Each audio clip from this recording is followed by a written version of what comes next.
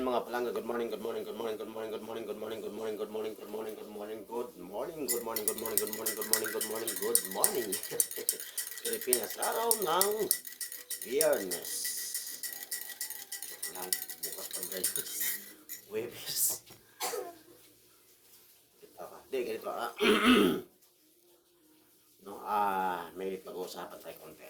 Salita lang ako, parang may pag-post lang sa Facebook. Ito kasi kagabi, umuwi ako, agad-agad ko sinabi ng aking asawa yun na experience ko kagabi. Kita ko lang naman, pero bilang isang ama, sa ngayon parang masakit rin tingnan ano. Parang makaramdam ka ng awa. Meron kasi isang babae kagabi. Hindi naman siya madungis. Alam mo yung nararamdaman ko din yung ganito kasi mahirap din ako eh. Yun nga, wala namang perfectong tao sa mundong ibabaw. Gaya ng sabi nila, iwan ko lang kung meron ba. Pero sa tingin ko, walang perfecto. Lahat po tayo nagkakaroon ng problema. O nagkakaroon ng pagkakamali. Pero yung babae na yon, naawa ko kasi gabi na, tapos umulan kagabi. Nagpagas ako sa Petron, tapos nakita ko siya, meron siyang hawak na bata. Alam mo yung maliit pang bata, siguro mga 1 buwan pa. 1 buwan, 2 buwan siguro. Pero yung anak naman niya, may mga guantes naman, kompleto naman na nakita ko. Pero yung paghawak niya, alam mo yung parang, ako yung nasasaktan. Kasi nga, parang yung paghawak niya, alam mo yung parang bara-bara ba. Hindi tayo, pag hinawakan natin yung anak natin, talagang ingat tayo. Pero hindi siya madungis, hindi. Siguro, hindi natin alam. Kaya payo ko lang doon sa mga babae na mahilig magpadikit ng spark plug. Ganito na lang sana, advice ko lang sa lahat. Yun namang mahilig magdikit ng spark plug sa mga lalaking tulad ko. Dapat kung ano po yung ginawa natin, panindigan po natin kung ano yung ginawa natin sa buhay.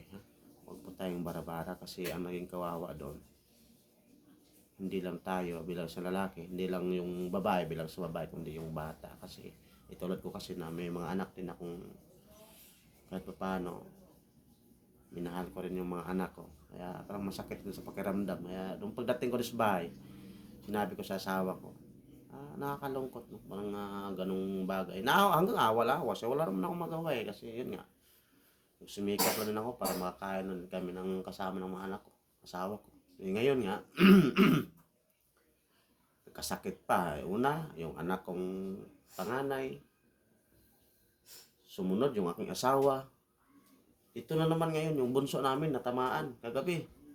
Iwan ko ba anong sakit meron. Ako naman, may sipon ako. Iwan ko anong, parang siyang trangkaso lang naman. Yan, yung bunso ko, nagkaroon ng lagnat. Kaya, ganun talaga. Kaya, tayong mga tao lamang sa mundong ibabaw, tulad ng mga babae, bago po kayo magpadikit ng spark plug, siguraduhin nyo po na may depensa kayo. Para pagdating sa dulo, mga langga, hindi po kayo yung nahihirapan. At hindi lang po yung bata nahihirapan kung sakaling nabubuo yun. Diba? Pag-isipang mabuti. So, tayo namang may mga spark plug na dala-dala bilang sa lalaki. Kung ano po yung ginawa mo sa buhay, panindigan nyo po. Huwag nyo po yung gumawa ka ng kalokohan tapos basta-basta mo lang iwan. Pero iba-iba ang problema. Hindi naman lahat ganun-ganun lang. Iba-iba ang style ng problema. So, hanggang dito na. Magkakapila muna ako. Basta yun lang kwento. Ang masakit, no? Masakit bilang isang ama na makita ko hindi ko siya kayang titigan. Tinignan ko lang sa 1-2 beses, hindi ko na siya inulit pang tingnan hanggang umalis ako sa Petron kasi naawa ako sa niya ba kasi maulan-ulan din yung time na yon.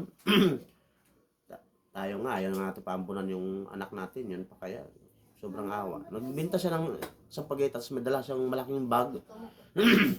Alam mo yung hirap ba? Yung nahihirap. Alam ko yung ramdam ko sa mukha na yung nahihirapan siya na dumiskarte siya. Kaya believe ako sa mga babaeng ganun na kahit nahihirapan, wag niyong pababayaan yung mga anak niyo.